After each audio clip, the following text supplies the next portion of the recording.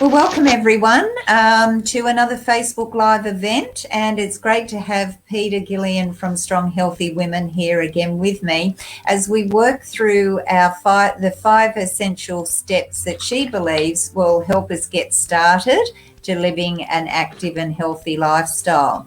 And so welcome, Peta. Thanks, Sue. Lovely to be back with you. Lovely to have you. Now, this week's step 3. So we've talked about in step 1, why, and you gave us some homework where we actually had to come up with 50 reasons why. And if you get to that many, then, you know, that should be proof enough that you should be doing something.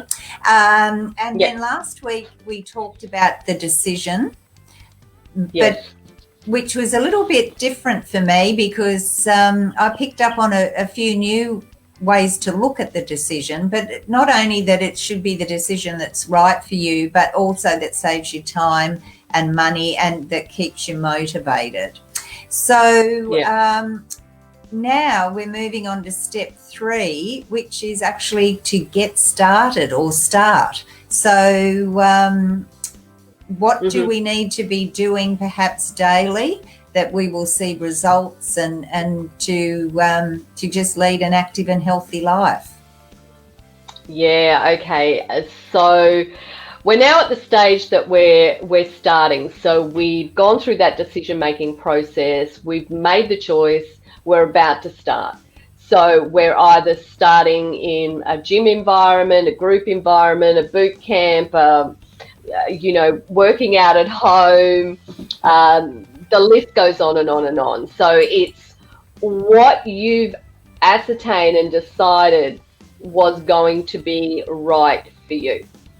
So you're walking in the doors and you're about to start. Well, I think there should always be a pre-start.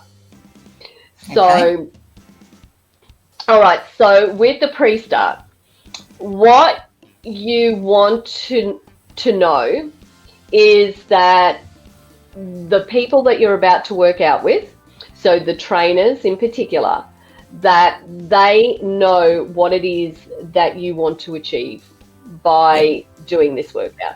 Okay, so that's first and foremost, because they have to have your best interest at heart. Okay, the next thing is that we need to know where you're at right now. And that can be fairly daunting and scary in the first place, because we usually have this hesitation to get started up front for many of us, because we go, I'll wait until I lose weight. I'll wait until I'm fitter. I'll wait until Monday. I'll wait until the new year. So we have this thing where we think we have to be perfect before we start, and we don't, because that's the whole idea of starting, is that you should be able to start where you're at right now and not have done something leading up to this. So, and that's first and foremost. Be aware that you don't have to have exercised before ever. For me personally, I had never been into a gym in my life, and I was, 40 years old type of thing. So I'd done group classes, some years back when I'd first had my kids, but that was it. Never been into a gym. So boy, oh boy, like I remember how, the butterflies in my tummy and, all those thoughts were going through my head. But I had to keep coming back to, this is important to me. This is important to me. So once I got started, I was okay.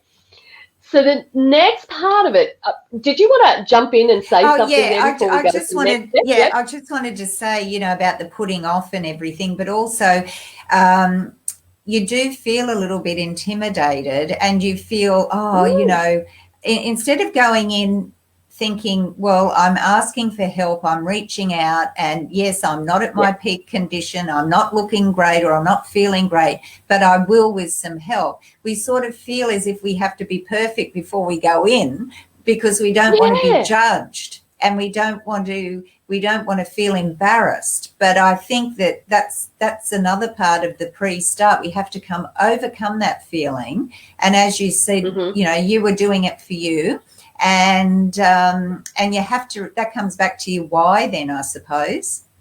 And the other thing, it does.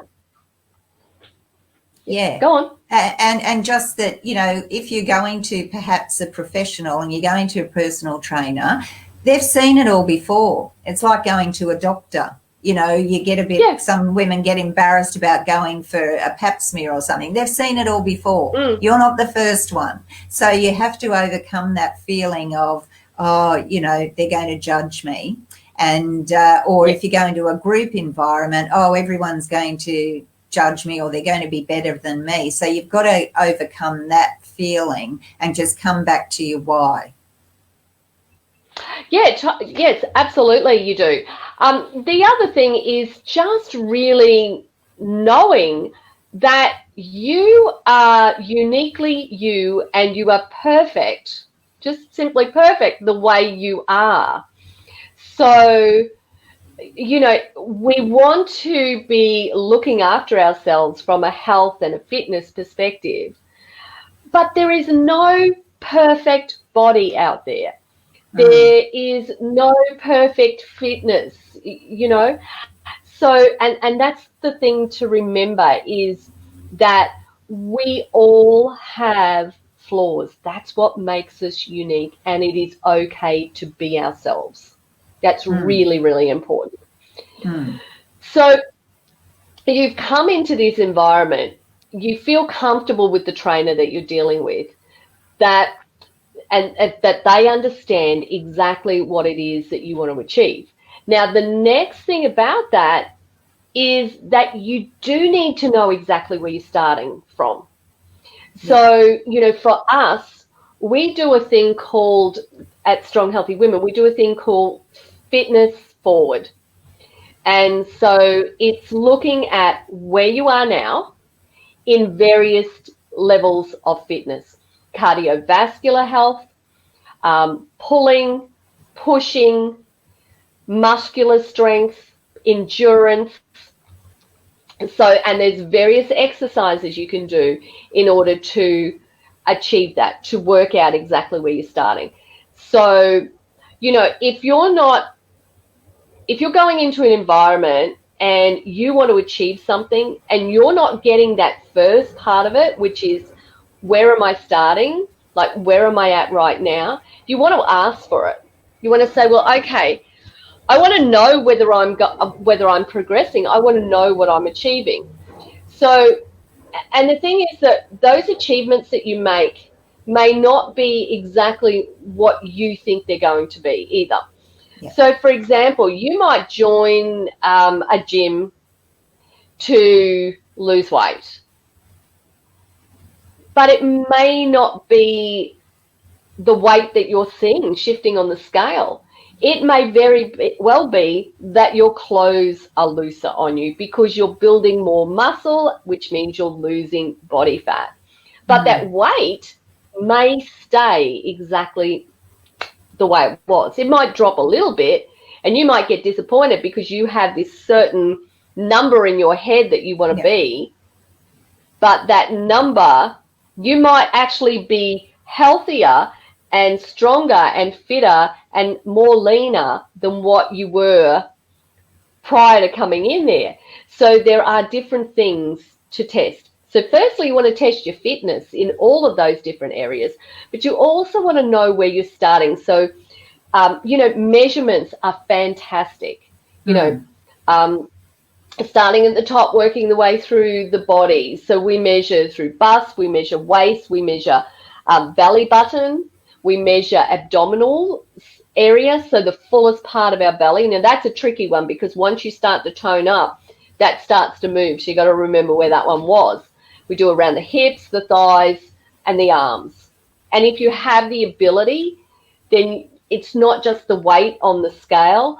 Also, the body fat is really, really important because that's the thing that has the biggest impact on your health, is shifting that body fat. Yeah. All right. The next thing from that is that you want to know that you're going to be regularly checked. Right. So, and what does that look like? So is it a series of tests? Is it a series of measurements?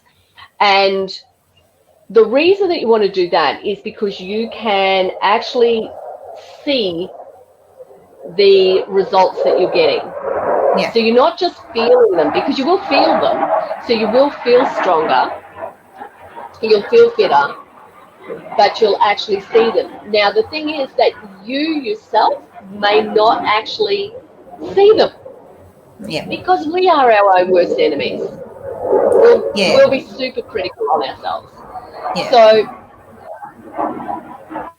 So with that, you really are relying on what those numbers tell you, what those figures tell you, because then you can celebrate your wins. And this is the thing, is part of this plan is to have a celebration.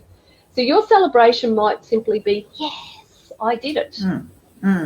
Or it might be a jump around, or it might be, I'm going to get my nails done, or I'm going for a massage. So that celebration is really, really important, because when you can celebrate what you've achieved, then it keeps you going. Yes. If you don't celebrate, you just keep going through it and through it and through it. And remember, it's your trainer that's going to probably see the difference in you before somebody else is going to, before you're going to see the difference in you.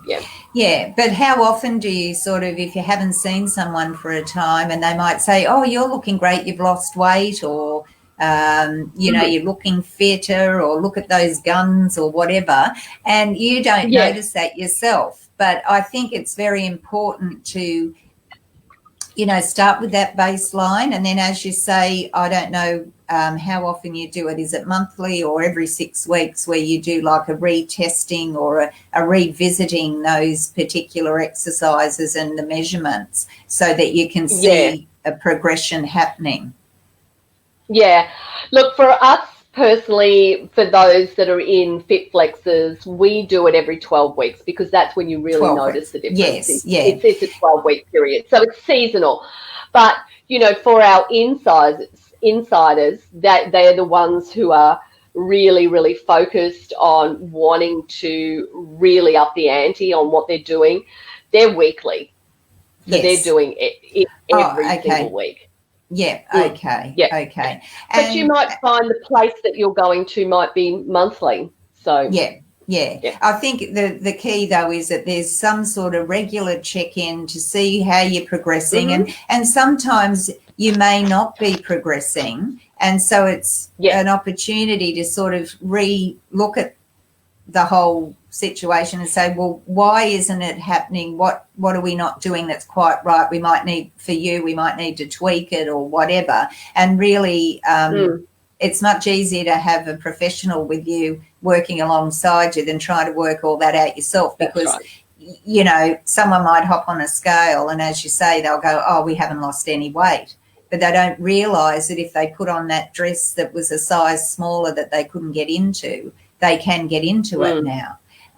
So it's for me, I've always thought that sort of testing, starting with the baseline and then testing regularly, is so important. And as you say, it makes you feel as if you're achieving something. And if not, it's a good opportunity to see why it's not happening and making it happen. Yeah.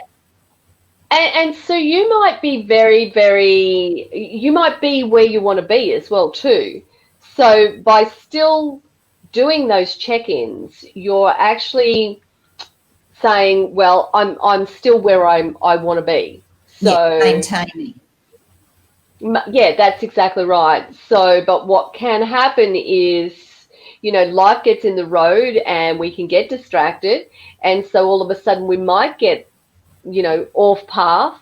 We think where we were at, but when we actually, have those measurements. Now, when I say measurements, We're not talking about physical measurements, because there are various ways, as we've talked about, to measure things. When you have those done, that can really highlight it. You go, hang on a minute, I probably haven't been doing what I want to do. And that's the thing, is to always remember that it's a choice as well too.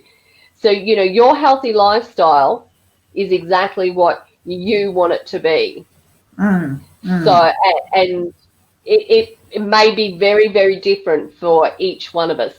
Look, there are certain things that you want to be able to work towards, certain body fat that you want to work towards as far as the healthy range is concerned. And so there's a sliding scale with that. So if you can work on body fat, that means that, you know, the insides is healthy. And that's what it's about, is having a healthy inside, because that's going to radiate outwards. Yep. So important. So we've done the pre-start and we've done the start with the measurements. What's sort of next with the starting? So then you're basically into whatever the program is that you're about to start in. So when you start, you want to start slow and steady.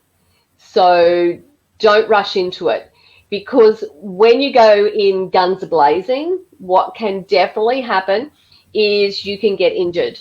And so if you get injured, you lose momentum. This didn't work. I just got hurt from it. So therefore, I'm not going to continue doing it. And you lose that willingness to keep going. So you want to just start nice and steady and work up from there. So, and that's where that baseline comes in. Start with that, work from there. So you want to know that you're progressing. The other thing is consistency. Like, consistency will win all day, every day. So being consistent means moving daily. So that might take the form of what we call NEAT, which is non-exercise activity thermogenetics. Wouldn't say that too quickly. No, you don't say that too quickly. So that actually means that you are moving during the course of your day. Yeah. So for so many of us, we sit. So you want to be conscious that you continue to move. So if you are someone who's sitting at a desk, then, you know, set an alarm, and every, you know, every hour or so, just, you know, do sits to stands there and really keep your body moving. So you want your structured exercise. So, and there's two forms of activities. You want your structured stuff, so that you're really putting in the effort, and then you want your incidental stuff, which has this name called NEAT. So we're checking in once a week, and I've tried it for a couple of weeks, but those exercises I'm doing, I'm either not feeling good when I'm doing them, which is different to feeling a challenge. What do you suggest if I feel, look, this just isn't right for me? Well, the first thing is, if it's not feeling right, you do need to have that confidence and that trust in your trainer.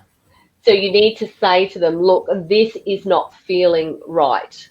But they should have picked that up, you know, because they should be able to see it. Now, you know this firsthand in the virtual studio. You hear, you know, me say to, you know, someone, are you okay? Because I can see that they're just looking uncomfortable, that there's something happening there. And so generally you'll find that there might be this little twinge in, you know, their knees, as an example. So that's what happened this morning. We had two ladies where you could see that hesitation in the movement. And so what happened was, you know, we just said, you know, come up into a higher position in that sumo squat that you're standing in, so that we're not pushing so far into the knees. And then the next part of it is push back into your backside, because what can happen with that is you can start to come forward in the movement. And so it was a matter of getting them to push backwards. And so when you're not feeling comfortable, if your trainer is not picking it up, then yeah, absolutely put your hand up and say, you know, this isn't quite feeling right for me. What do I need to do? Can you look at me? Am I doing it correctly? And it may be that you've got a strain, or it may be that something else is going on that you need to, you know, go to a specialist for. Yeah, and I was just going to say that's building that. We talked last week about building a relationship with the person who is your trainer, perhaps, and you need to have that trust in them to be able to say, look, I'm not enjoying this exercise. Why? Now, it could just be because it's difficult and it's a challenge, or it could be that I'm doing it incorrectly and perhaps injuring myself along the way. Yeah, totally. Yeah. And I know that for a lot of women, when they start a program, they generally start off walking. Yep. And look, walking is fantastic. I love it. I love it from the mental aspect of it, that you just get to get out there in nature and just totally enjoy it. So walking is one great thing. But what we all know is that as we're aging, we need strength, we need balance, we need flexibility. So we need to do a program that gives us all of those things, so that we can stay strong for our everyday life and to do all the things that we love and enjoy as we're progressing in age as well too. So yeah, that's right. And so even though we may not want to do that type of activity, if you can find a place that gives you that activity but gives it to you in variety and keeps you interested, then you will keep going, because you will be able to feel how much stronger you're getting. You might reach the cupboards higher, you might be able to get down lower onto the ground, and you'll start to notice things in everyday life that are different for you. And that's the important thing, is when you're first doing this pre-start thing, I want you to think about all of the things that you can't currently do. So when do you get those twinges in your body? Where do you stop when it comes down? You know, when you go to get something out of the cupboard, can you squat down, or are you bending down, or are you leaning on a cupboard? Write all those things down, because what you'll find is as you're progressing, all of those things you will get better at. Yeah. Now, I've just had this discussion at the hairdressers. That's how come my hair is looking fabulous, I might say. Which it does. Yeah, it does. Thank you, Ellie. So one of the ladies there, she was saying that she was going to a gym, a particular gym, and she said, like, I'm feeling like I'm toned, but I'm not losing weight. Now, the thing is that you will tone, but that weight distribution will be very different. So, you know, the muscle will be different as well too. And she said, but I could still keep on walking and I'll get toning in the walking. And I said, well, you will get it to a certain degree, but it's not really going to be giving you exactly what you need that keeps you strong for the rest of your life.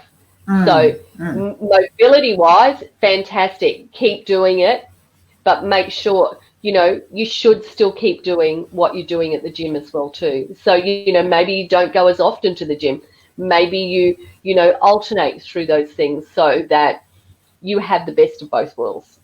Well, I think what I enjoy, even though I had to go to the gym to get my certificate 3 in fitness and use all the equipment there, it's not really my thing, and I don't like using all the equipment. But what I enjoy about working out at Strong Healthy Women is that each week we get different exercises to do, and then we do them in the 3 sessions. But even then, there's variety in a different way, and you're still using weights as well as your body weight, and sometimes resistance bands. So I prefer that sort of workout, where I'm still getting my strength training, but I'm not there at the gym just sort of pushing weights, and that's not really for me. Yeah. I mean, I don't mind the gyms that they have in hotels and everything like that. I quite like those. So I will often go and use those if I'm out holidaying or something or other.